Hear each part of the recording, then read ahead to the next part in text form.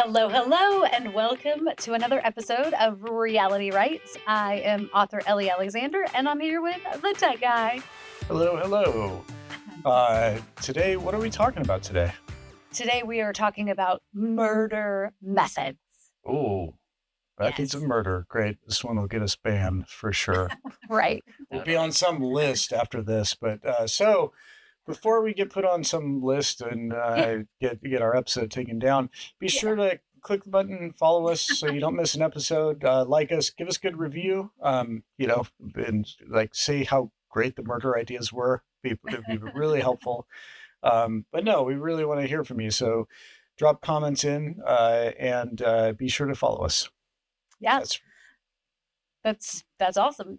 So this idea comes to us from Cherry, a longtime darling. And when she suggested it, I was like, oh, this is brilliant. However, we should put up front that there might be a couple spoilers in terms of how I have fictionally killed off characters in the past.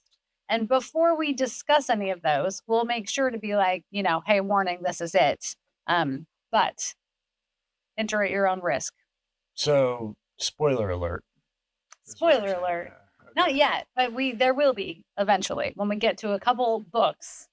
Most of the murder methods we know from the back cover, so I'm not seeing those as spoilers, but there are a couple things that we don't understand the method until further into a story. So for those, I do feel like it's a spoiler.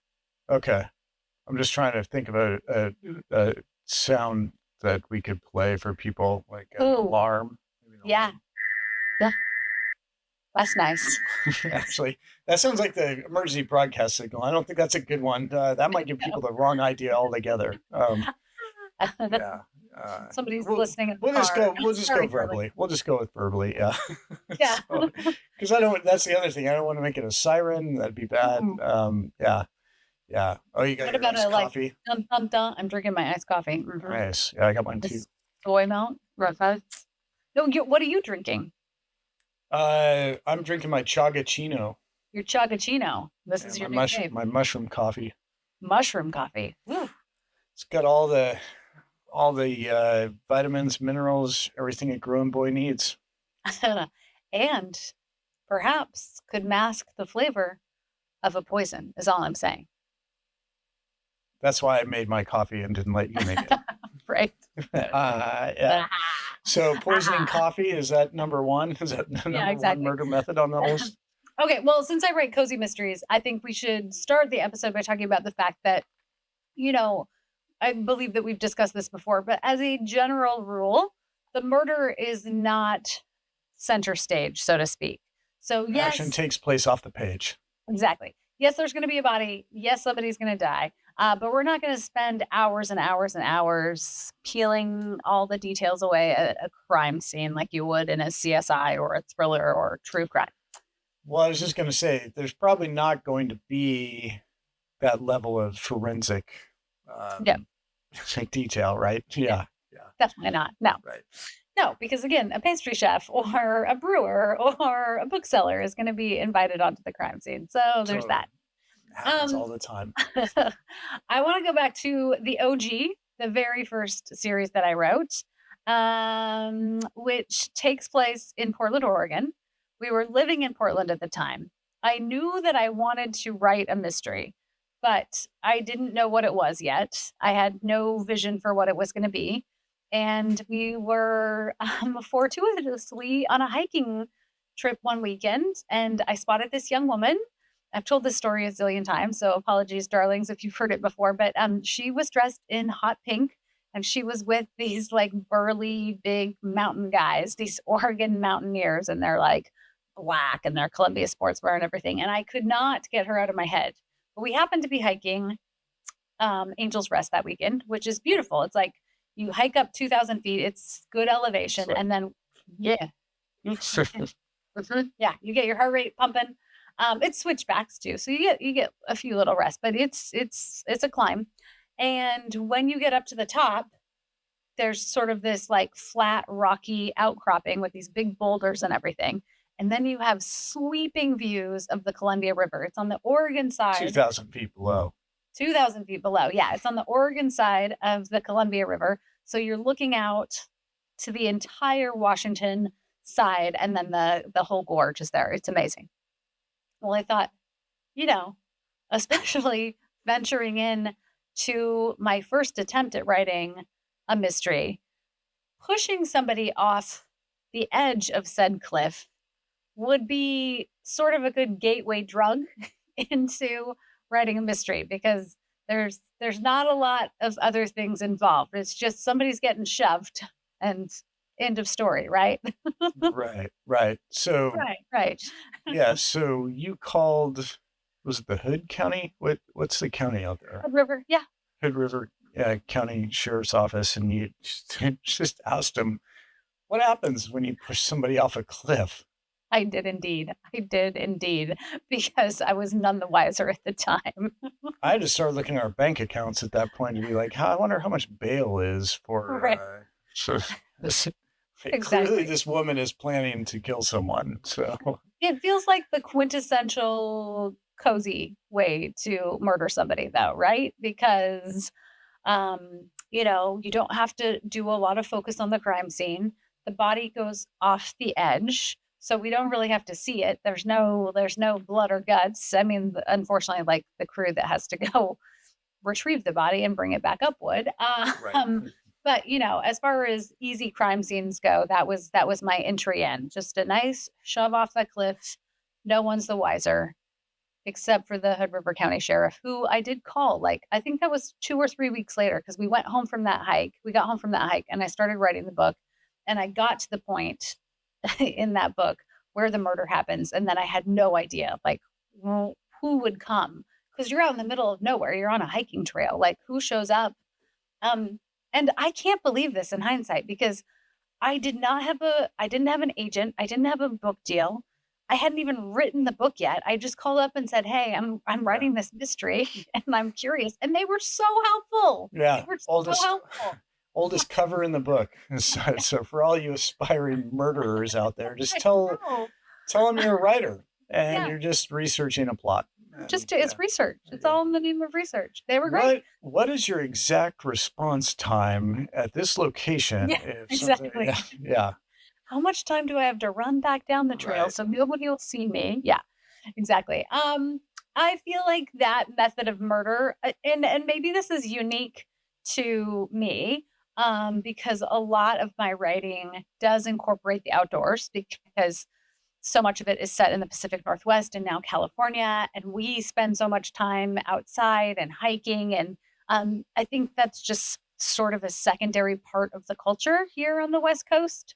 Not the murder part, but hiking and rafting and skiing. Could be. Yeah, the whole first series that I wrote is all set outdoors with an outdoor journalist. So there's a piece of that. I do have 2 ideas for future books in that series that I haven't used yet, involving outdoor sports. So yeah, save those for later.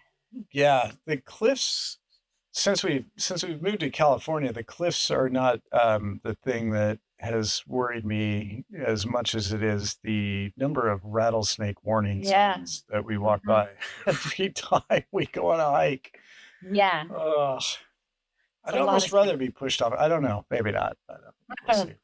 I know. And how could a killer train a snake? How could they get their victim in the right place? Maybe they would go and scope out the trail and know where like a nest is, especially with the babies, because they're the most dangerous. The new guys. Yeah, They don't have the control. baby rattlesnakes. Yeah, they can't control the amount of venom that's released. So you definitely don't want to get bitten by a baby rattlesnake. No. See, this is what happens on Reality Rights. We are here plotting out a future murder with you, darlings. It's happening in That's right. front of Wait, your own eyes and ears. I know, but being the one that goes hiking with you, I'm more than a little nervous right now. So Yeah, it's fair. Okay, so that segues me into the second book. So the first book is called Scene of the Climb. The second book wait, is can I caveat something first? yeah. Uh-huh. The Pacific Northwest Mysteries and Scene of the Climb and the Yeah. books that you're talking about now, The book. don't go buy these. Please don't. And this is a weird. The darlings are like, what? Like, why Yeah. does he say no? Go buy. Don't go buy them because. And I think we've talked about this on a previous episode, but just in case, I just want to put this is a PSA for everybody. PSA. We got the rights back to that 5-book series and are going to be releasing, updated versions of them. The Ellie's version. Ellie's version. We're doing Ellie's version of all 5 books in that series. Yes. Yeah. So those will be next year. That's the goal. Yeah. Next year. Yeah. Which is like right around the corner. I mean, it's like, what's September? How's it September? I don't know. But anyway, so please don't go buy those. You can't find them in print really anywhere. And if you do, they're like generally really expensive through some reseller. But you'll have an opportunity to get them in a few months. So the Ellie's version, the edition of the covers. Yeah. I'm giving them all a little refresher. It's been fun to go back in time to that first series and where it all started. Yeah. I just wanted to put that out there because I know people are probably like right now, like, oh my gosh, another series. I hadn't heard of that one yet. Just don't even go look it up. No. You'll hear about it. Put your eyes. 2025. They're coming. Yeah. They're coming. Yeah. Okay. But so the second book in that series involves a gunshot. And I would say that's right. It was a gunshot. Right? Oh, yeah. I know. Yeah. And I had totally forgotten about that until I was doing the reread and refreshing them. It's also hilarious as an aside. But I dated myself in a lot of the language because I didn't know where you're going with that. You dated what? I was like, wait, what? We were married at that time. So I'm like no. Yeah. I dated myself with some of the language. So I'm going through that too, because it's like circa 2012 and she's like, it's totes ridic. Well, that doesn't really hold up. I guess it's historical fiction now, but it doesn't hold up. Oh, yeah. Yeah. Not in a good way. Not in a good way. No. So lesson learned, writers. Don't go too heavy on current slang unless there's a good reason for it. I learned that lesson the hard way. Okay. But in book 2, Slade on the Slopes, they're up at the Silcox hut at Mount Hood. They're snowed in. It's a giant storm, and she thinks she hears thunder, but it's actually a gunshot out in the snow. And I would say very rarely are guns used in my writing, and certainly, on a broader level in the cozy in general. You just see it much less because I think there's, again, then you've got forensic involved. And there's also something about I don't know, it shouldn't, but if we're talking about a little push, just a little push for murder, just a little push, or maybe a little slip of poison somewhere, it feels slightly cozier than a gunshot. But my second book did involve a gunshot, albeit an old rifle. Yeah, I think though, when you bring guns into it, I think then it necessitates a heavier police response, and so then it makes it I know you need to suspend belief a little bit in the cozy genre to begin with, but I think if everybody was just getting shot, I think there would be a heavier police presence. I mean, I know Ty down in Ashland, the police chief, laughed he's like, this never happened, it's never in a million years, but I think if it keeping the murder method cozy helps with the kind of suspension of reality a little bit. So. Exactly. And we had him on a panel for Mystery Fest last year, and it was so much fun. I mean, he had everybody rolling in the aisles. I think we talked about it briefly, but one thing that he also talked about is just sort of all of the new technology that police use, geo-targeting with your phone location and all of these things that are great in real life, harder on a mystery writing perspective, because it's almost even having a cell phone is a bummer sometimes because you want to put your sleuth in peril.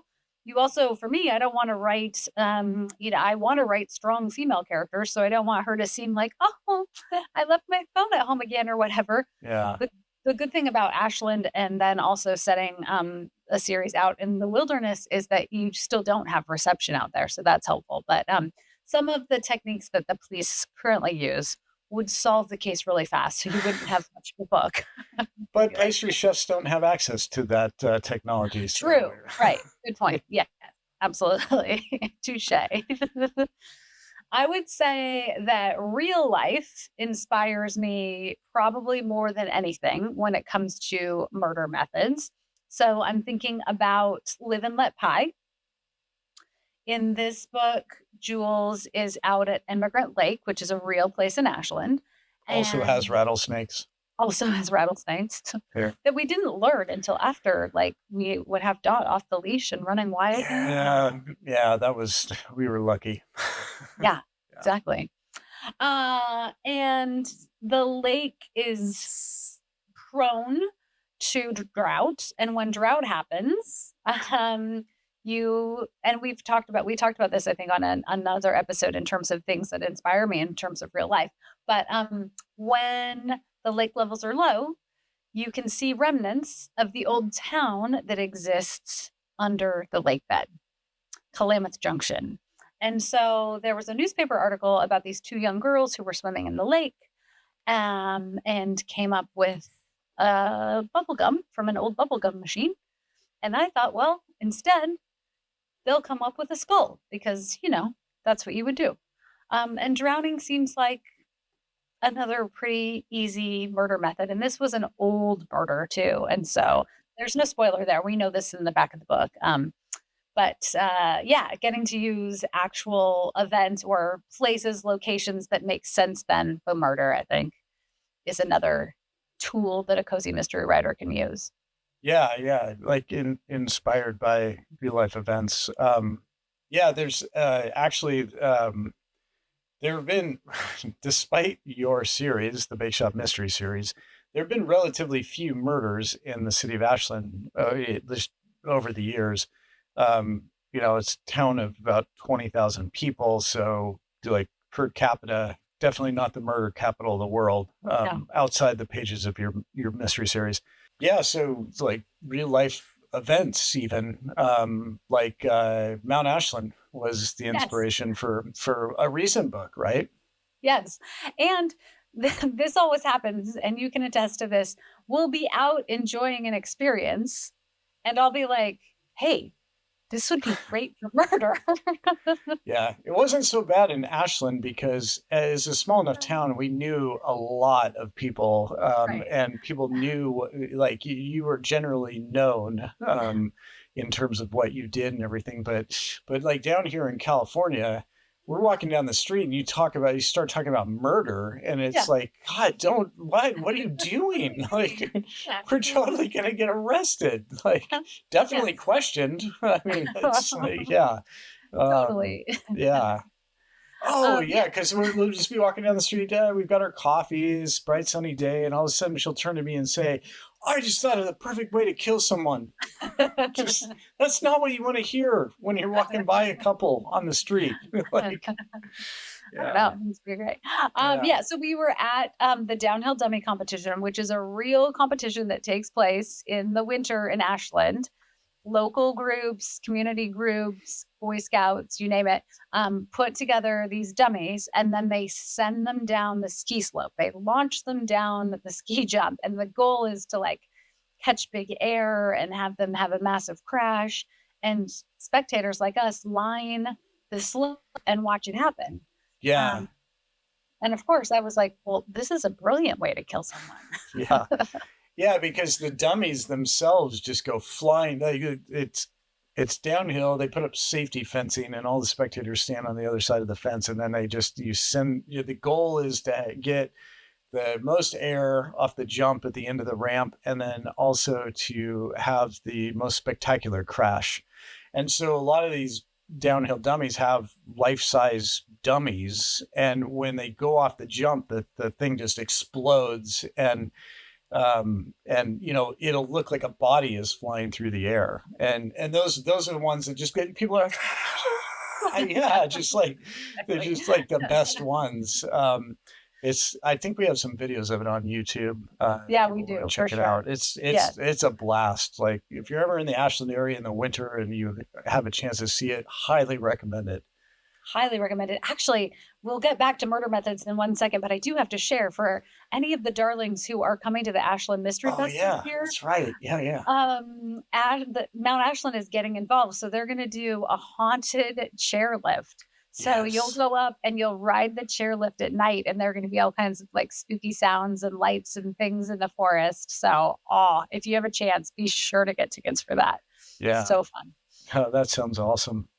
Yeah, okay. So, anything that is real life is usually my launching point. We were at a brewery and I was working on Death on Tap, the first book in the Sloane Krause mysteries. And she works Doing at a brewery. research. Doing research. We're Yeah, at a brewery doing right. research. It's important. We had to get the details right. Come on. Totally. And I was just looking at the big tanks and I thought, well, gosh, like that's a great place for a body. Oh, yeah. A God, little something special in your beer. that's not going to be a good stout. Might be an unintentional sour. Exactly. Oh, God. Yeah. Yeah.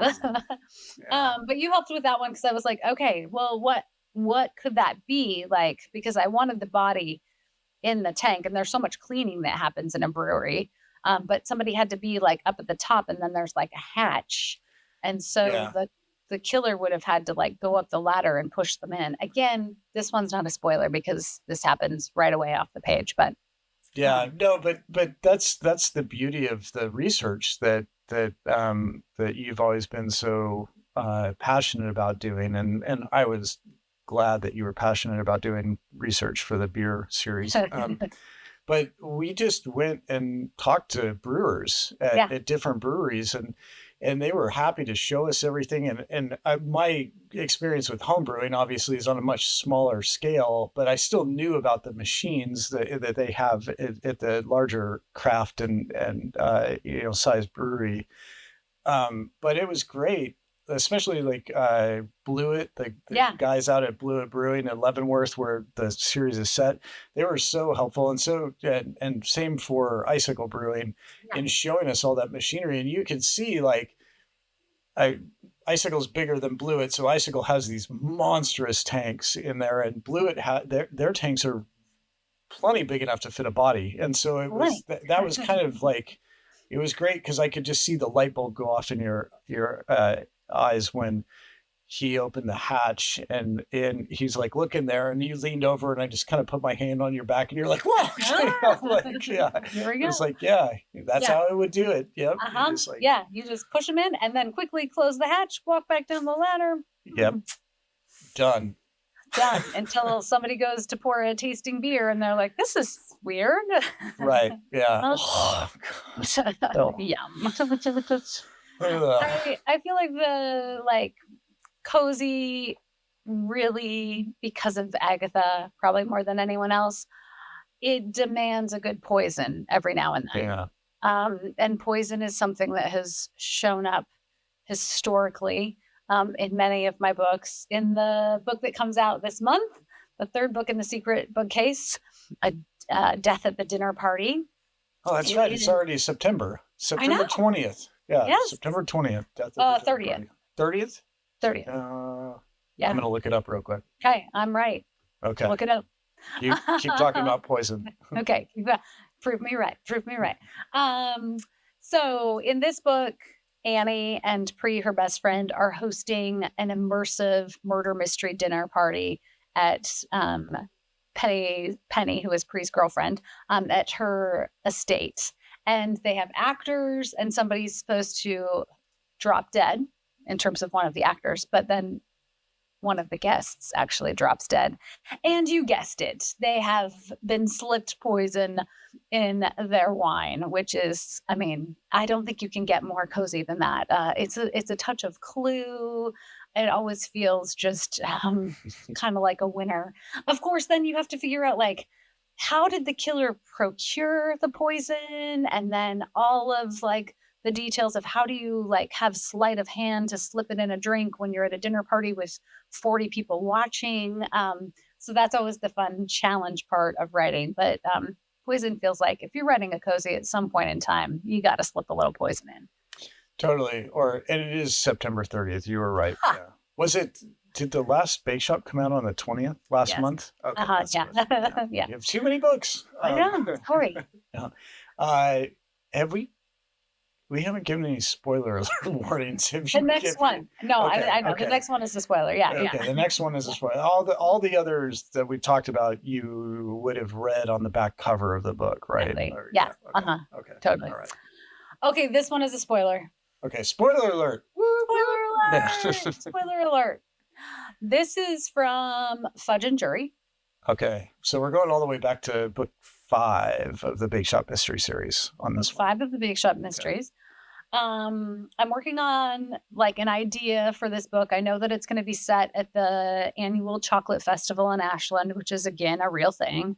And I was doing an appearance, a book signing at a spice shop in Portland. Oh, I just remembered which one this was. Okay. Yeah.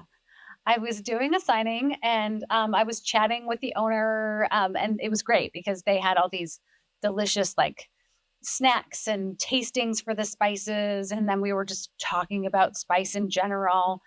And he casually mentioned that people who have a nut allergy are also usually deathly allergic to pink peppercorn because pink peppercorn is actually a nut. So if you have a nut allergy, a tree nut allergy, it's most likely that you are also allergic to pink peppercorn. And he was telling me this story about how they had to put like warning labels and everything on it.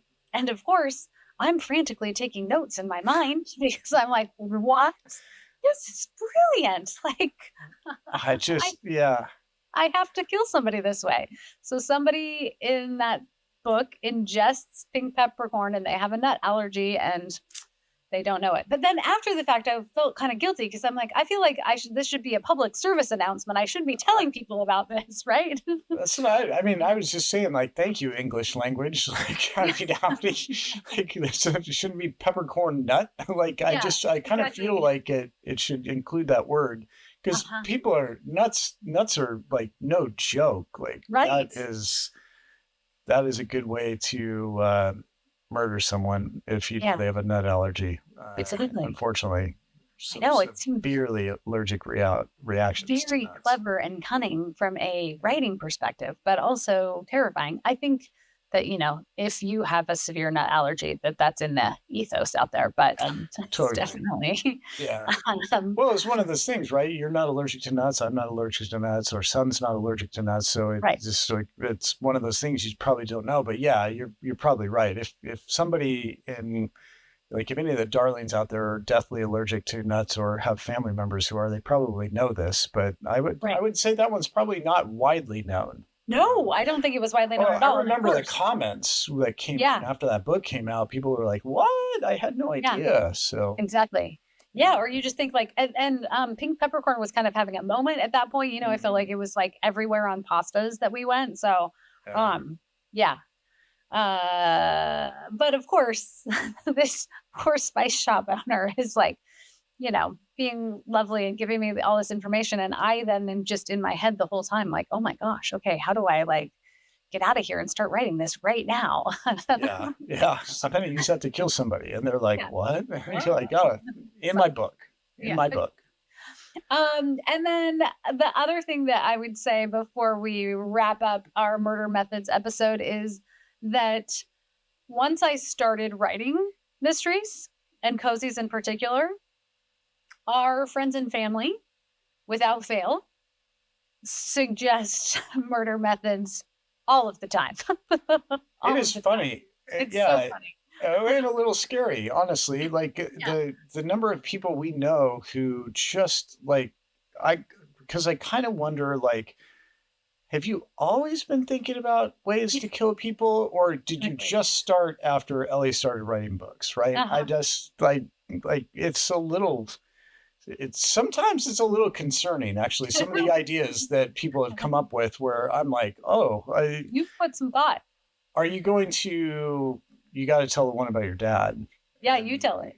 Well, so he's at our niece's choir concert Yes, at exactly. a church, no less.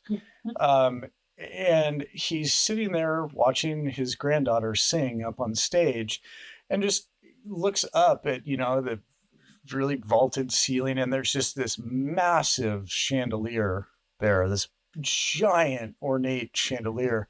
And the first thought that comes to his mind is not, wow, that's an amazingly beautiful chandelier, or I wonder how they got that up there or anything. No, it's like, that's a great way to kill somebody. You just drop that thing right down. And I'm not a particularly religious person myself, but there are things I don't think you think about in church, and that would be one of them. I'm pretty sure. Like, I'm going to go out on a limb. I don't know, but I just like that one. And he was so excited to tell you about that. He called me on the way home and he yeah. was like, "You're not going to believe this. I've got a great idea for you." Yes. Yeah. And I just, wow. Yeah. I was, we were driving with a couple of friends up Mount Hood. So for the darlings who don't know, it's a mountain. It's got a lot of forests. We're driving and we were back on, we were going for a hike and we were back on like kind of a service road. And so it was kind of in the middle of nowhere. And my friend just turns to me and he's like, "You could totally hide a body out here and nobody would ever find it." Yeah. I was like, what? Okay. Like, why is that what you're thinking about right now? Like, what? Yep. You're thinking about where you could hide a body?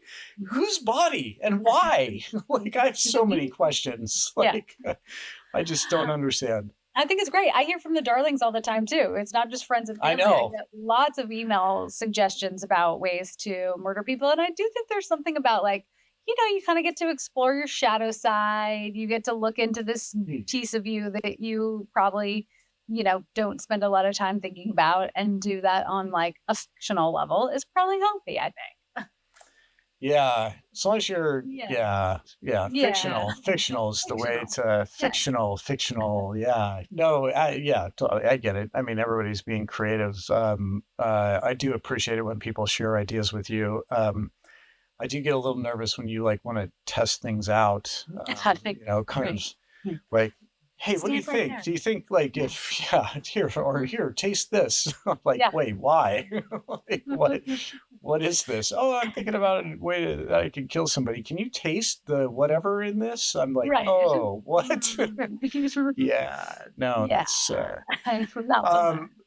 but I guess, one question I have that I know other people would probably love to hear though is the Pacific Northwest Mysteries, 5 books, Slim Cross Mysteries, 6 books plus 3 shorts. 3 shorts. Mm-hmm.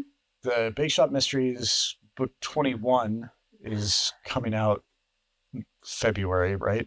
Something like that. Anyway, early 2025. 20 comes out in February, then 20. 21. Oh, that's right. We're only 20. Okay. Yeah. And then the Secret Bookcase Mysteries this is going to be the 3rd book that comes out, but but 4, maybe more coming. Are you running out of ways to kill people? Not at all. No.